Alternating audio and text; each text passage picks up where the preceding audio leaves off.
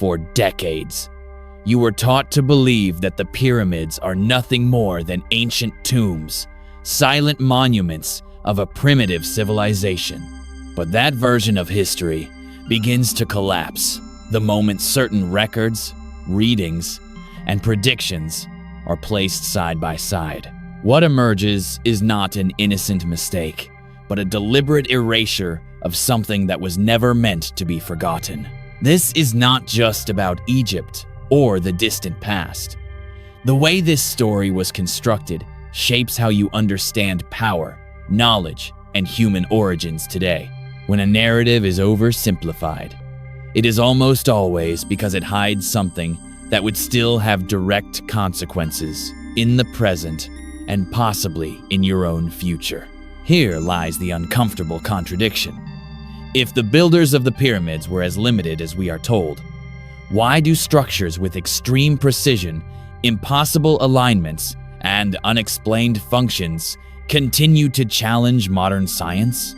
And why has any explanation outside the academic consensus been systematically mocked or dismissed? This is where the readings of Edgar Cayce become impossible to ignore. A man whose predictions anticipated global events, geopolitical shifts, and human crises long before they occurred. In his records, the pyramids were not tombs, but instruments connected to a prehistoric civilization, both technologically and spiritually advanced, whose existence would directly threaten the official narrative of human history. So what did Cayce actually reveal about the true creators of the pyramids? And why were these revelations never properly presented to the public? The answer is not in what has already been told, but in what was interrupted, fragmented, and buried. And what comes next fundamentally changes the meaning of the pyramids and the real reason this truth was erased. The history of the pyramids was packaged as a closed chapter. An ancient people, basic techniques, raw effort, and a result considered impressive for its time. But that explanation starts to lose stability when you observe how the system that supports it reacts under pressure. Whenever someone tries to push the investigation slightly beyond what is permitted, the response is rarely curiosity.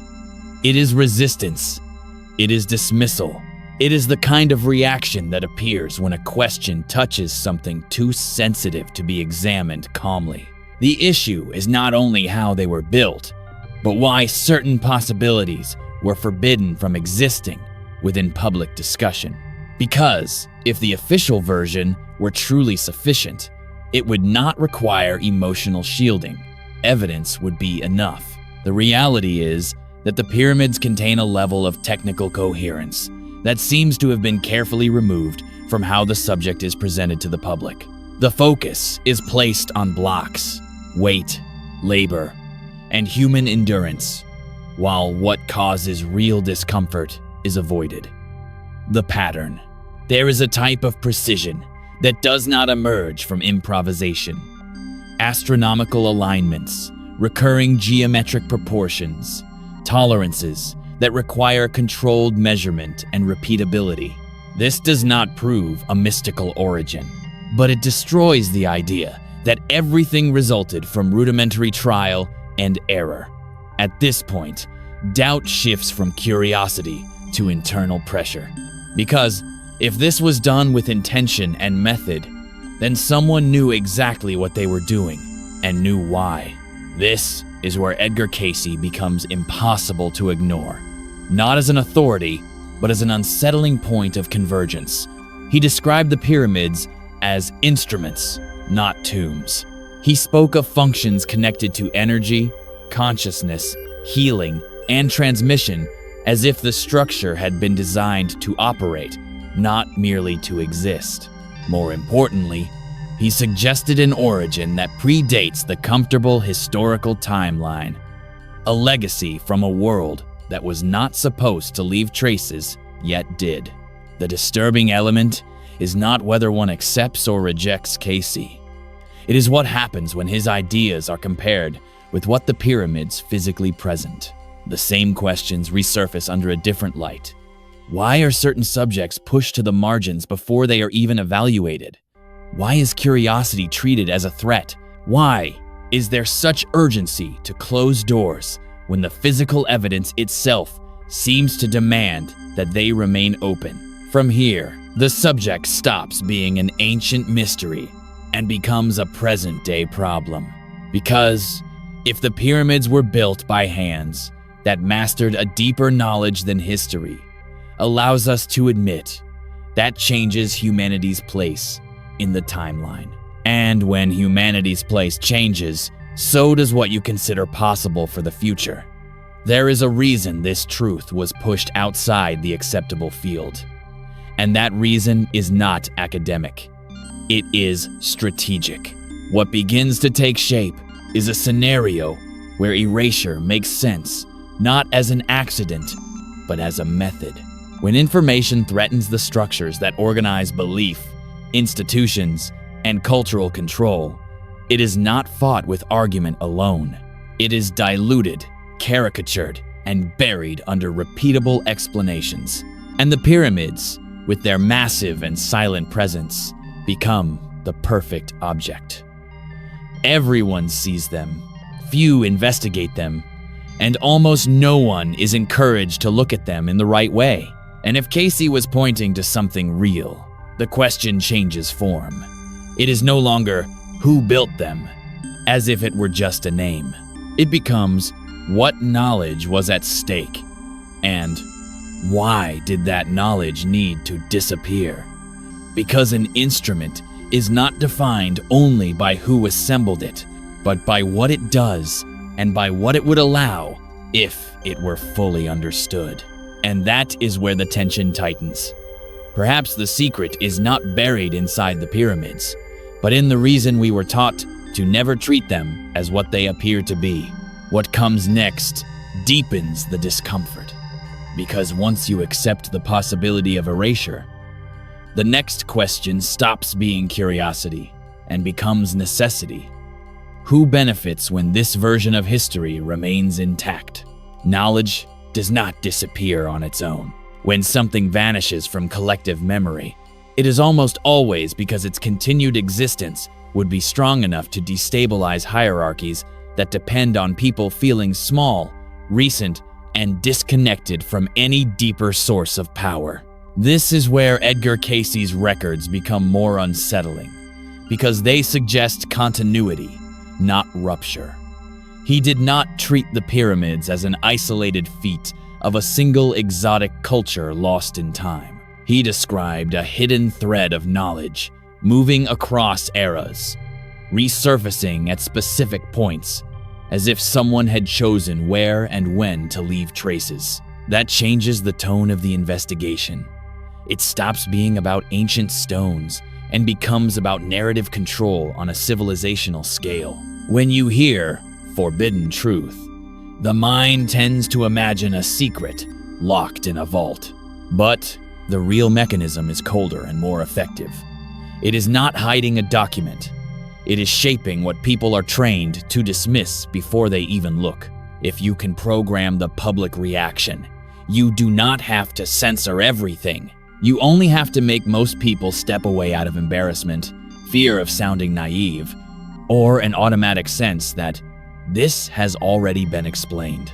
Cayce claimed the pyramids had function, purpose, and effect. And if you take that seriously, one detail changes everything.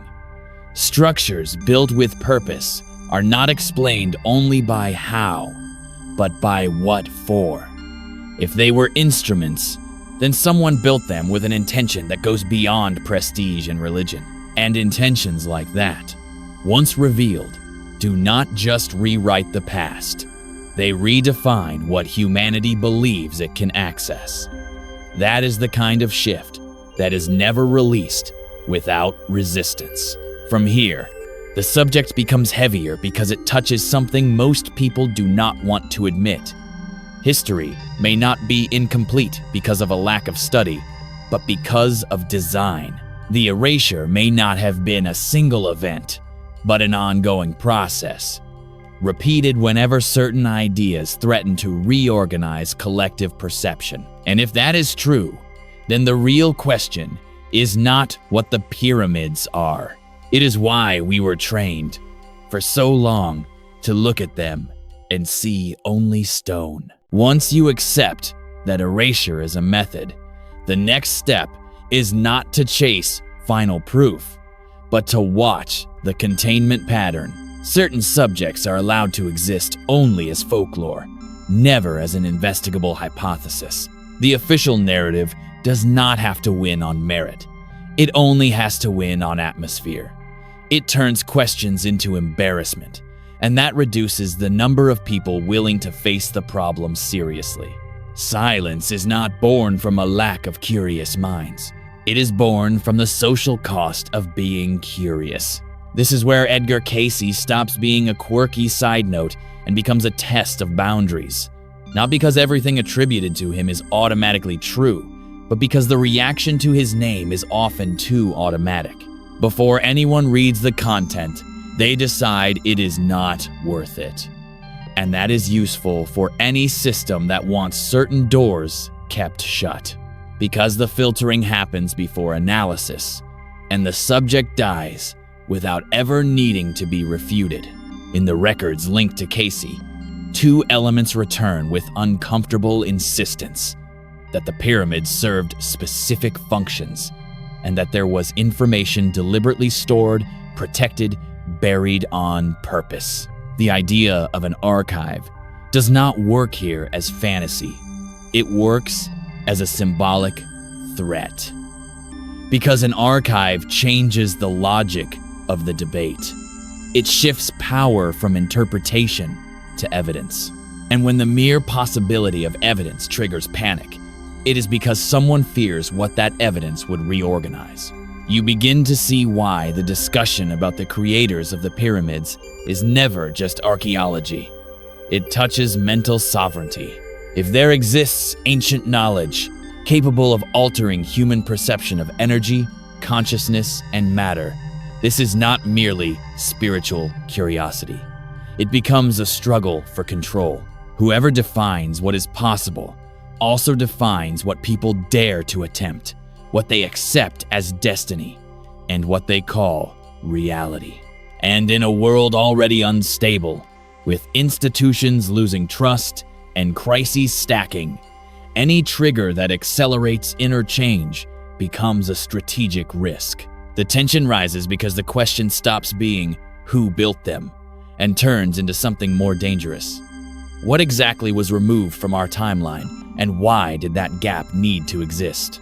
If the pyramids were instruments for what and why would that have to remain out of reach precisely now, when everything seems to be moving toward a breaking point? There is a difference between an ancient mystery and a guarded key. And the feeling that starts to grow is that someone did not erase only a past, they erased access. From here, the question stops being what do I believe and becomes what am I willing to investigate without being steered by other people's reactions? Because the most effective erasure does not destroy an archive. It destroys the courage to look. That is exactly why the pyramid story is an emotional minefield. Anyone who tries to treat Cayce's claims seriously, even as a hypothesis, gets pushed into a social corner where everything turns into a label. Once that happens, the topic does not need to be defeated. It only needs to be isolated. If Cayce is simply wrong, the damage would be small, a curious chapter in modern folklore. But if he touched something partially true, the idea of function, design, preserved knowledge, the damage to certain power structures would be too large. Not because an ancient secret changes the world by itself, but because it changes how people see themselves. A population that begins to suspect earlier cycles of advancement and collapse starts looking at the present differently. It begins to notice historical repetition, narrative management, control through fear and scarcity, and that kind of awakening is not easily managed. This is where the geopolitical subtext enters without permission. In periods of instability, When institutions lose credibility and society feels something massive is out of place, any trigger for collective reinterpretation becomes dangerous. The mere hypothesis that the human timeline was edited and that remnants of earlier knowledge exist acts like a psychological catalyst. It reorganizes priorities, beliefs, the sense of authority. And the more people stop depending on external validation to think, the more fragile the mechanism becomes that keeps official truths standing through repetition. That is why the archive idea is the most explosive point, even without definitive public proof. Archive means instruction. It means method. It means replicability. If the pyramid was an instrument, then what matters is not its grandeur, but the invisible manual that would allow someone to understand what it does and how it interacts with the human being. And a manual like that, real or not, is the kind of thing that triggers a silent race. Who gains access first, who controls the interpretation, who frames it for the public, who turns it into myth before it becomes application. What keeps this story alive is not fantasy, but friction. The closer you get to the core function, pre-dynastic origin, preserved record, the more the debate gets dragged toward extremes, as if someone fears the middle ground where the mind works without hysteria. And there is one specific, practical detail that links Cayce's claims to the way the subject is still managed today. That detail is not in the loudest theories or the most famous lines. It is in the pattern of interruptions, in the doors that always close at the same point, and in the reason they close exactly there. The detail tends to repeat, even when the story changes its costume. The moment the conversation leaves interpretation and touches anything that could become verifiable access, the temperature rises. People will tolerate endless debates about symbols, myths, and meanings. But when attention moves toward something that could be physically reached, a chamber, a record, a sealed space, a specific point on the plateau, the tone hardens. Suddenly, it is no longer interesting. It becomes irresponsible. That pivot is not random. It is a pressure response.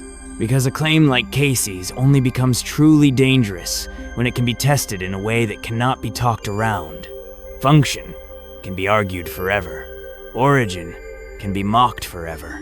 But a preserved record, if it exists, forces the subject into a domain where authority no longer controls the frame. That is why the topic is managed the way it is.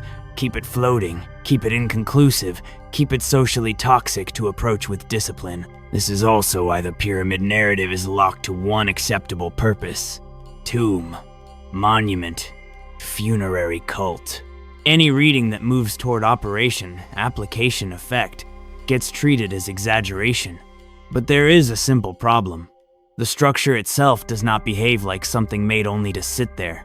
It behaves like something designed to do something, even if we do not yet have cultural permission to say that out loud. And it is in the collision between what the structure suggests and what the story allows that the forbidden truth becomes unbearable.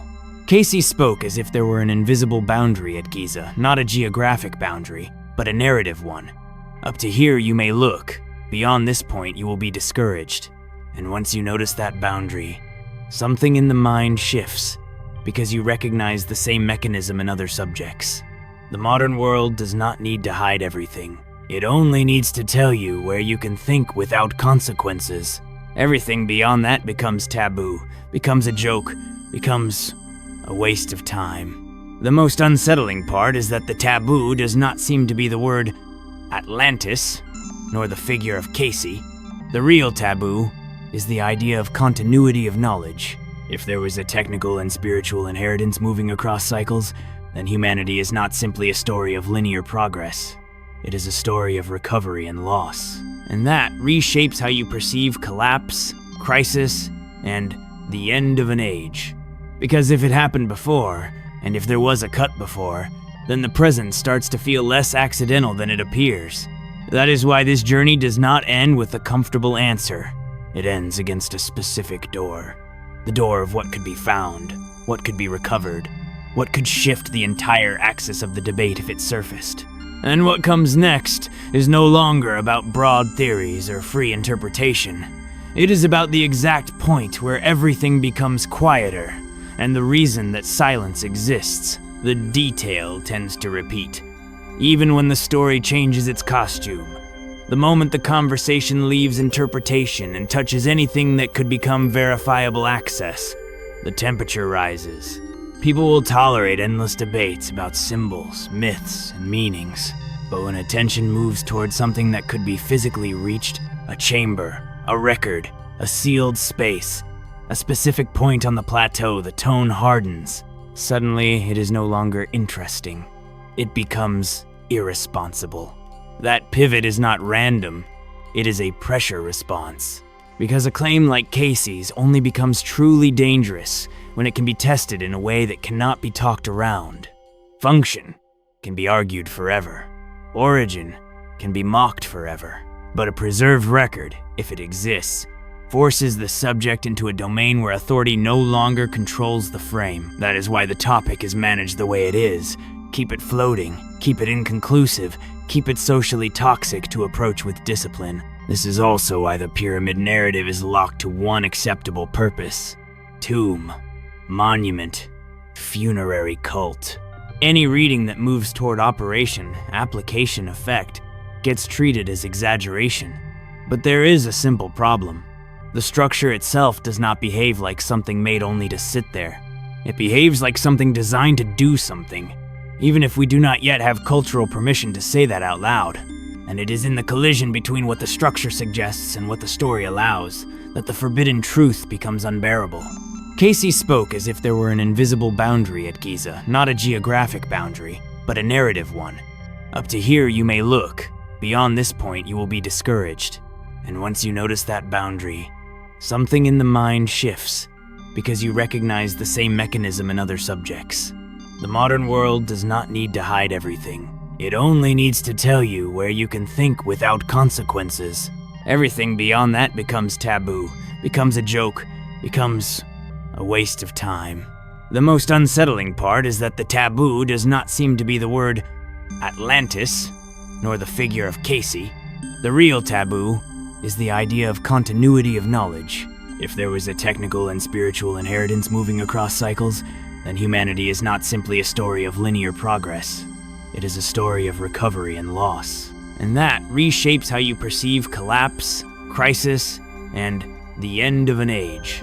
Because if it happened before, and if there was a cut before, then the present starts to feel less accidental than it appears. That is why this journey does not end with a comfortable answer. It ends against a specific door.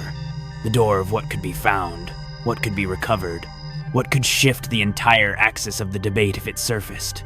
And what comes next is no longer about broad theories or free interpretation.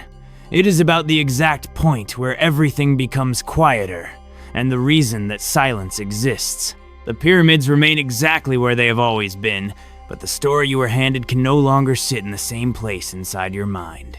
Because after everything you've seen, it becomes harder to treat them as mere stone piled into shape. In religious language, they begin to read like a threshold, something built not only to stand, but to mean, to point, to separate the ordinary from the initiated.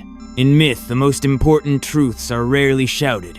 They are wrapped in form, a mountain that rises from chaos, a ladder between worlds, a chamber that only opens by name. That is what makes this subject linger. The pyramids do not feel like an ending. They feel like a sealed sentence in a sacred text, present, visible, and still not fully spoken. Edgar Cayce's claims do not demand blind belief to leave an imprint. They function like a lens that forces one question into focus. What if the missing piece is not a rumor, but a lineage, an older memory, preserved behind religious language, guarded by layers of interpretation? Not a treasure story, but a pattern found across traditions. Knowledge held back until the seeker is ready to carry it. And that is why the idea of a buried record resonates.